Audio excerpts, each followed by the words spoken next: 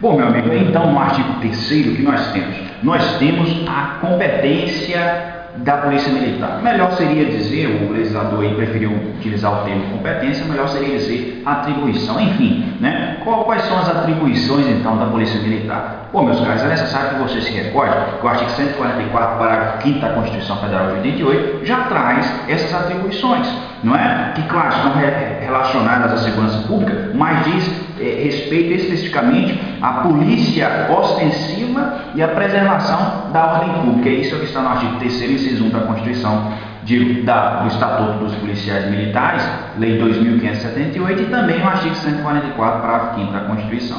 Muito bem, meus caros, com base nisso, né, o CESP, em 2008, lá no estado do Ceará, em concurso de ingresso de soldado, perguntou o seguinte, em situação de anormalidade, a ordem pública deve ser restabelecida mediante ações preventivas com atitudes dissuasivas. Vejam, meus caros, prestem atenção nisso.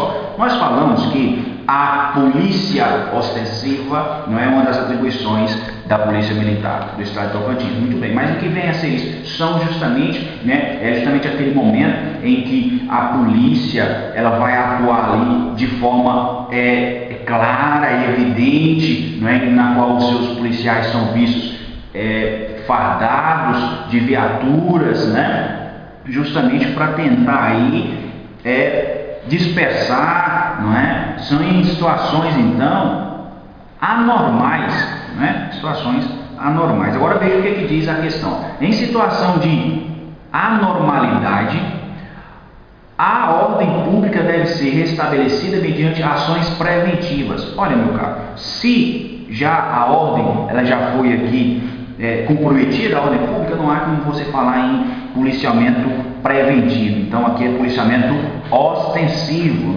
Então a questão foi considerada errada, a questão do CESP. Então tome cuidado com isso. O policiamento ostensivo ele existe em uma situação de anormalidade, tá ok? A policiamento preventivo ele é anterior a esta anormalidade. Tome cuidado, tá? Ainda o CESP perguntou também, o policial militar deve ter atuação essencialmente repressiva. Você concorda com isso, meu cara? Veja, a Constituição fala, compete à Polícia Militar o policiamento ostensivo e preservação da ordem pública. Como é então que o policial ele sempre deve ter atuação essencialmente repressiva, Seria o policiamento repressivo errado, também o CESP considerou errado, Então só repetindo para você, tome nota, o policial militar deve ter atuação essencialmente repressiva?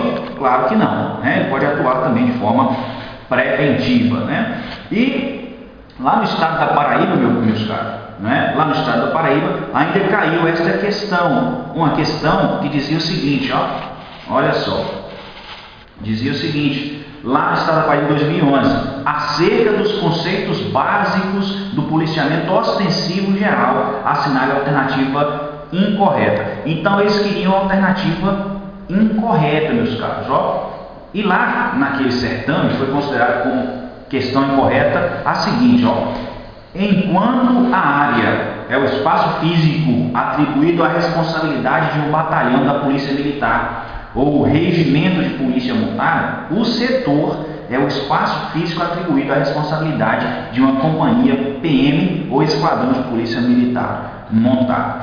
Agora veja, meus caros, eu estou aqui trazendo essas questões para você observar a necessidade que você faça a leitura do texto de lei, tá ok? Então faça a leitura. Então, o artigo 3º do nosso estatuto aqui do Estado de Tocantins estabelece as atribuições, da Polícia Militar, É claro que se você for lá na Lei Complementar 189, você vai ver de forma mais discriminada. Por hora, aqui no estatuto nos fala que é policiamento ostensivo e preservação da ordem pública. Ok? Muito bem. Pessoal, aqui no artigo 4º da lei, ok? Eu quero que você observe o seguinte. No artigo 4º da lei, nós temos o que nós podemos, aqui vou ler para você rapidamente, ok? Os militares, em razão da destinação constitucional da corporação, nós já falamos que destinação é essa, tá? É a destinação relacionada, a Polícia Militar está relacionada à segurança pública, segundo o artigo 144, inciso 5 da Constituição Federal. Em decorrência das leis vigentes, constitui categoria de agente público estadual. Isso que eu quero que você observe, tá ok? Veja, meus caros, o militar, ele é servidor público. Tá ok? Isso não há dúvida, ele é servidor público, por isso você se submete a um certame público, né, nos termos do artigo 37 da Constituição Federal, você só pode ingressar no serviço público mediante concurso, tá ok? Então o servidor, o militar, ele é servidor público sim, só que ele é servidor público militar. Isso significa o que? Você deve estar se perguntando. Significa que ele tem um estatuto próprio, nós estamos estudando esse estatuto, então não se aplica o estatuto, né, do servidor público civil. Não é? Ele tem direitos, ele tem prerrogativas, mas também tem privações que são próprias dos militares, tá ok? E que nós, no decorrer das nossas aulas, nós veremos isso. Por hora, eu quero apenas que você observe que o servidor público, o militar, ele é servidor público, tá ok? Muito bem. Pessoal, avançando aqui, nós chegamos ao artigo 11 do nosso estatuto, tá ok? Ah, professor, por que você pulou esses outros artigos? Porque aqui, meus caros, nós veremos aqueles com maior probabilidade de cair na sua prova, que já foram cobrados em outras provas aí, em outros estados, tá ok? Pessoal, no artigo 11, nós vamos tratar aí do ingresso na corporação, ok? Tem alguns detalhes aqui, algumas coisas interessantíssimas que é necessário a gente abordar. Muito bem, você viu aí, né, no seu edital que você tem que atender alguns requisitos, né? Muito bem. Eu quero fazer algumas observações aqui a respeito desse requisito que pode ser questão da sua prova, tá? Então vamos lá. O STF, Supremo Tribunal Federal, que é o órgão de cúpula do Poder Judiciário brasileiro, no recurso extraordinário 327784, vou ler novamente para você, caso queira anotar, recurso extraordinário 327784, o STF, não é, com a relatoria do ministro Sepúlveda Pertence, falou o seguinte a respeito dos requisitos de ingresso, não é, lá para a Polícia Militar do Distrito Federal. Meus caros, vocês vão observar aqui, como requisito de ingresso aqui nós temos, por exemplo, não é, o limite de idade. Nós temos também a limitação para o sexo feminino. Nós temos ainda a limitação de altura, não é? Nós temos, não é, requisitos que, se você parar para analisar, eles inicialmente veriam a isonomia, tá bom? Então depois eu quero que você faça a leitura discriminada desses requisitos, né? Já caiu em concurso público cobrando esses requisitos, quais eram os requisitos de ingresso na corporação, né? Mas o que eu quero que você observe, se cair na sua prova, você vai colocar, veja, já terminei de aqui mencionar para você o recurso extraordinário julgado da lavra aí de relatoria do ministro Sepúlveda Pertence. Então o STF entende o que com relação a esses requisitos? O STF fala assim, meus caros, ó, jamais se esqueçam.